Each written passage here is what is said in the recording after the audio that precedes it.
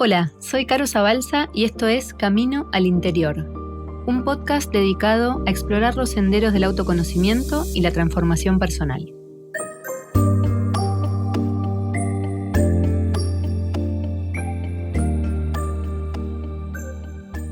Queridos amigos, bienvenidos a un nuevo episodio en el que voy a profundizar en un tema al que le dedico un artículo en mi blog y que ya es recurrente casi en este podcast, que es el tema del sentido de la vida. ¿Y qué corriente de la psicología se ocupa específicamente del sentido de la vida? Sí, ya adivinaron, es la logoterapia. Empecemos con la siguiente definición. Logos es una palabra griega que equivale a sentido, significado o propósito. La logoterapia se centra en el significado de la existencia humana, así como en la búsqueda de dicho sentido por parte del hombre. Este fragmento que acabo de leer pertenece al libro El hombre en busca de sentido, que tengo acá a mi lado y me acompaña desde que tengo 17 años y lo leí por primera vez en el colegio. De hecho, cuando lo volví a abrir hoy, tiene todavía el sticker de la librería Huemul de la avenida Santa Fe en Buenos Aires. O sea, fue un viaje al pasado muy, muy impactante. Entonces, el autor de este libro fue un neurólogo y psiquiatra al que le he gastado el nombre ya a esta altura, que es el genial Viktor Emil Frankl, padre de la logoterapia, cuyas herramientas utilizo no solamente en mis consultas, sino en mi vida. La verdad que son herramientas para la vida. Pero antes de adentrarme en esta corriente terapéutica que tiene un enfoque existencialista y humanista, porque aborda problemáticas inherentes a la existencia humana, como por ejemplo el sufrimiento o el vacío interior o existencial, voy a contarles un poquito quién fue Frankl. Frankl nació en Viena en 1905, en el seno de una familia judía. Él era el segundo de 3 hermanos. Empezó a interesarse por la psicología desde muy temprana edad. De hecho, ya en el secundario comienza a intercambiar correspondencia nada más y nada menos que con Sigmund Freud, que le publica un artículo, de hecho, y con apenas 15 años da su primera conferencia acerca del sentido de la vida, el tema que lo va a acompañar a lo largo de toda su carrera. Y se une a la Asociación de Jóvenes Trabajadores Socialistas. A los 18 empieza a interesarse y se une al movimiento de la psicología individual de Alfred Adler. Hasta ese momento estaba el psicoanálisis de Freud, de psicología vienesa, y la psicología de Adler o psicología individual. Pero bueno, más tarde se terminaría separando de las ideas de Adler y también terminan alejándolo a él de ese círculo, ¿no? Empieza a estudiar medicina en la Universidad de Viena y publica un artículo en el que ya empieza a explorar las fronteras entre psicología y filosofía, centrándose en la cuestión, nuevamente, del sentido y también de los valores. Estos son 2 temas centrales en su propuesta terapéutica y metodológica, ¿no?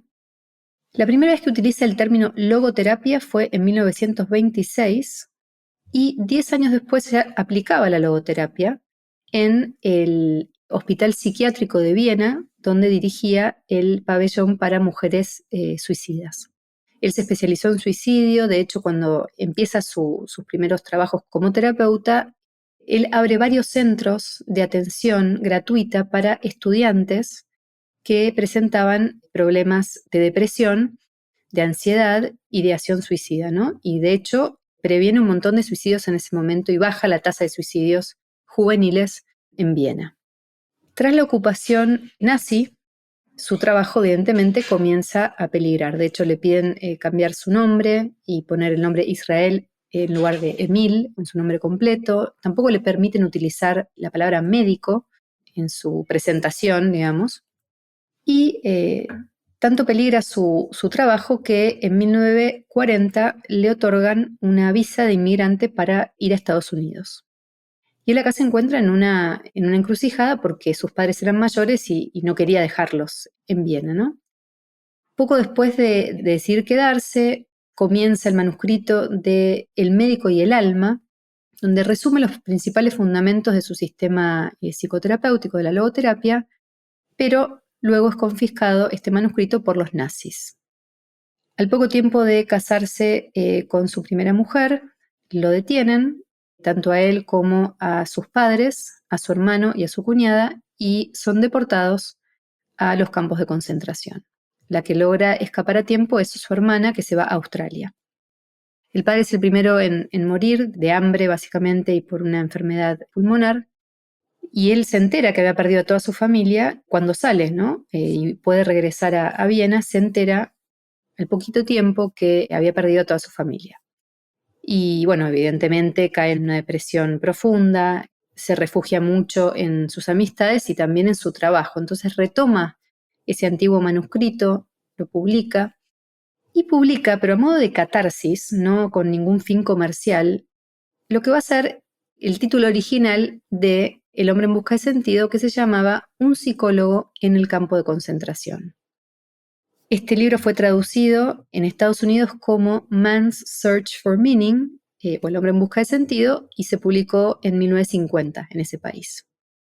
Es un libro muy pequeñito, que se divide en dos partes. La primera parte es el relato de su vida en los campos de concentración, y la segunda parte, que fue agregada después a pedido de uno de sus editores, trata de los principios de la logoterapia, porque no quedaba muy claro todavía y entonces le pidieron que se explayara un poco más en ese tema. El hombre en busca de sentido es considerado por la Biblioteca del Congreso en Washington como uno de los 10 libros más influyentes de Estados Unidos. Bien, un año después de la publicación de este libro, él se casa por segunda vez y tiene a su única hija. Va a publicar 8 libros en 3 años sobre la logoterapia y empieza a dar clases en las principales universidades, tanto en Europa como en América, a brindar conferencias en todo el mundo sobre el sentido, la resiliencia, la importancia de abrazar la vida a pesar de todo, a pesar de las adversidades. Y ya en 1980 se realiza el primer Congreso Internacional de Logoterapia. Entre sus discípulos, si bien él no funda su propia escuela, una de sus discípulas más prominentes, que se llama Elizabeth Lucas, que aún vive, abrió el Instituto de Logoterapia y Análisis Existencial en Alemania en 1986. En 1997, Frankl publica El hombre en busca del sentido último y muere con 92 años. Yo me reencontré con su maravilloso universo luego de leer este libro por primera vez en el secundario a mis 41 años, cuando decido realizar la formación anual para orientadores en desarrollo humano, ¿no? Esta formación que impartía la Fundación Argentina de Logoterapia. ¿Y por qué me interesé en esta corriente? Porque estaba realmente convencida de que iba a ser un complemento muy positivo en mis consultas de bioneuroemoción. Yo ya estaba atendiendo, ya tenía mi consulta como acompañante en bioneuroemoción y realmente estaba convencida de que las herramientas de la logoterapia iban a ser muy, muy buenas y muy positivas en las consultas, que me iban a permitir acompañar amorosamente, porque creo que esto es lo más lindo que tiene la logoterapia, a los clientes, a trabajar sobre los valores y sobre el sentido de la vida, que para mí evidentemente son dos temas también centrales. En otras palabras, a trabajar la dimensión espiritual de la persona, algo que también para mí es fundamental y que me atraviesa, ¿no? Que tiene que ver con mi día a día. Y la logoterapia me permitía esto, ¿no? Poder trabajar en profundidad la dimensión espiritual. Y la verdad que no me equivoqué. Empecé además el curso un mes después de que muriera mi padre en forma repentina y la verdad que fue un sostén, ¿no? Para mí, no solo por la temática, sino porque era una manera de distraerme con sentido hablando de esto. Y ahora vamos a ver en profundidad qué es la logoterapia, en qué consiste.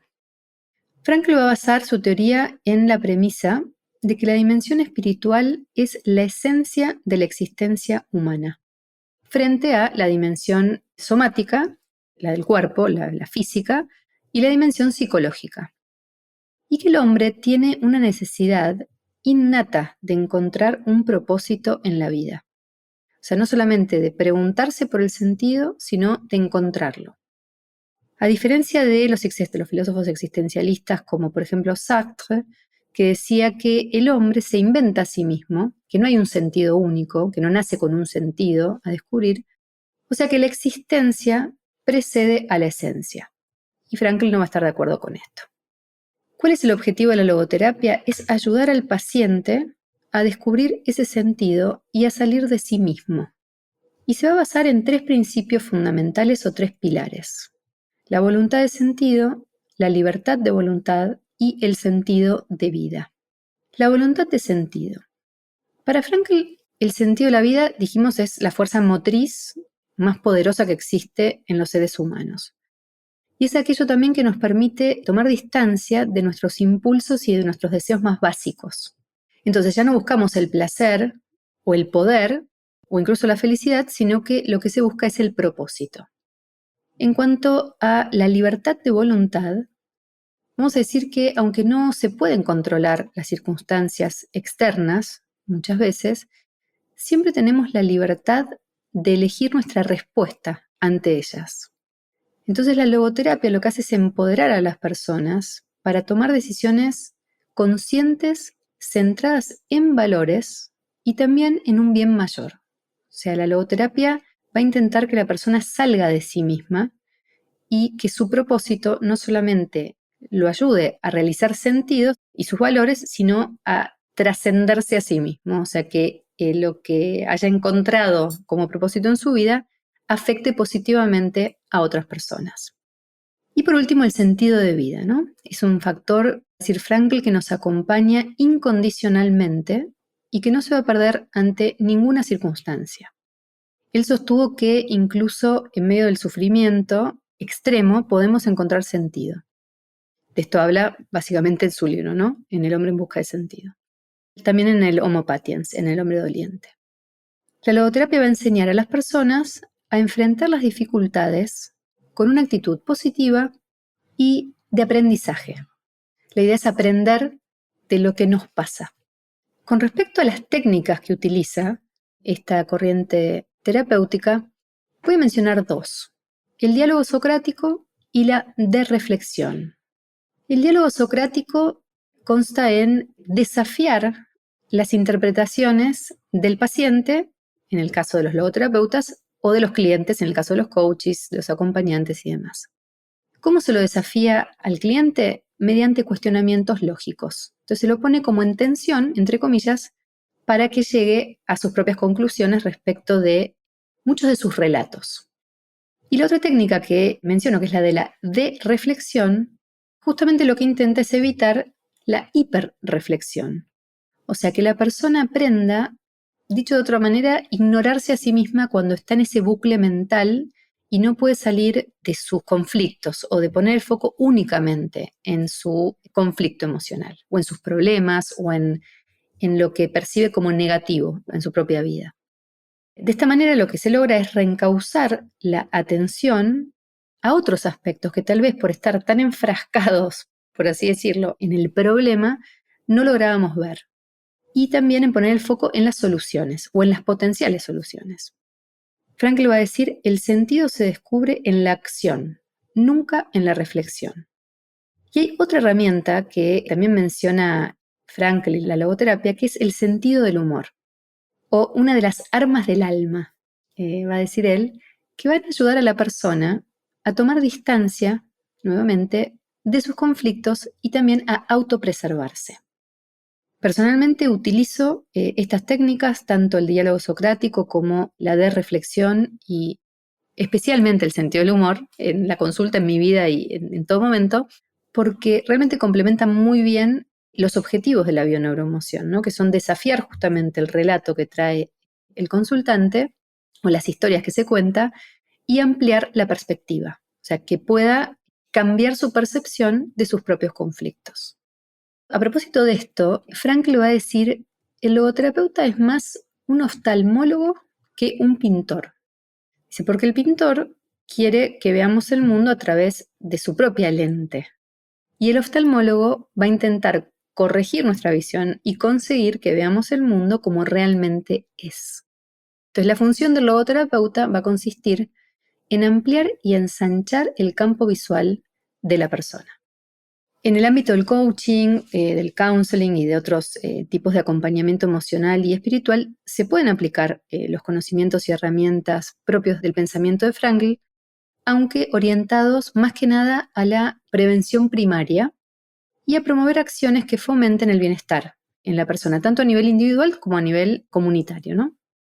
En el libro Habilidades para una vida con sentido, la doctora Adriana Sosa Terradas, vicepresidenta de la Fundación Argentina de Logoterapia, docente y un amor de persona, dicho sea de paso, dice: la logoterapia es una terapia de esperanza, por lo cual los logoterapeutas enseguida ponemos nuestros ojos en aquellas habilidades o virtudes que, al no haber sido desplegadas, le impiden a la persona sentirse plena. Y les aseguro que es posible, ya que el espíritu, al ser apelado, llamado, convocado, responde. Y para ir cerrando, vamos a hablar de la responsabilidad, otro concepto central del pensamiento frankliano. Una de las máximas de la logoterapia es: vive como si ya estuvieras viviendo por segunda vez y como si la primera vez ya hubieras obrado tan desacertadamente como ahora estás a punto de obrar. Aquí se enfrenta al hombre con la finitud de su propia vida, pero también con la finalidad que encuentre en su propia existencia, al reflexionar sobre esto. O sea, viví como si ya estuvieras viendo por segunda vez, ya hiciste las cosas un poquito mal, así que ahora tenés la posibilidad de actuar mejor.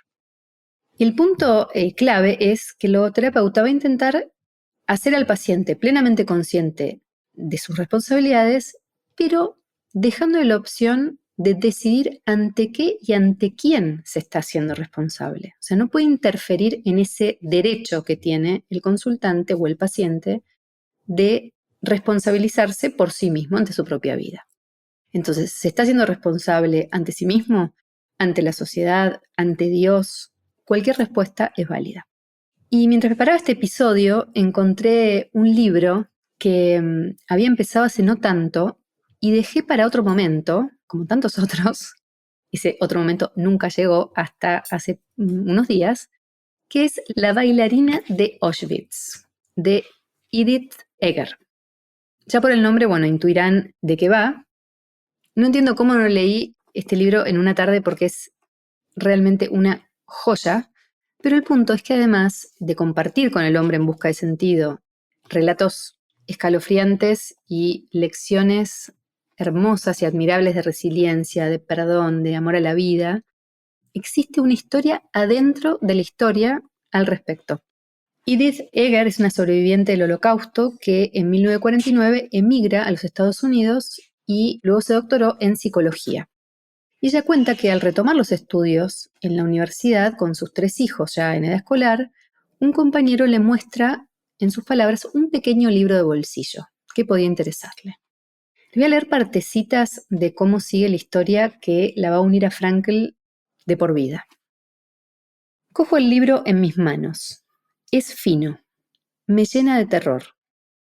¿Por qué habría de querer regresar voluntariamente al infierno, aunque fuese a través del filtro de la experiencia de otro? Susurro un gracias y meto el libro en mi bolso, donde permanece toda la tarde como una bomba de relojería. Poco después de medianoche, la curiosidad vence al miedo. Empiezo a leer. Es la historia de un campo de concentración contada desde dentro, explicada por uno de sus supervivientes. Siento un cosquilleo en la nuca. Me está hablando a mí. Está hablando para mí. A medida que voy leyendo no me siento paralizada o atrapada, ni encerrada de nuevo en aquel lugar. Para mi sorpresa, no estoy asustada. Por cada página que leo quiero escribir 10.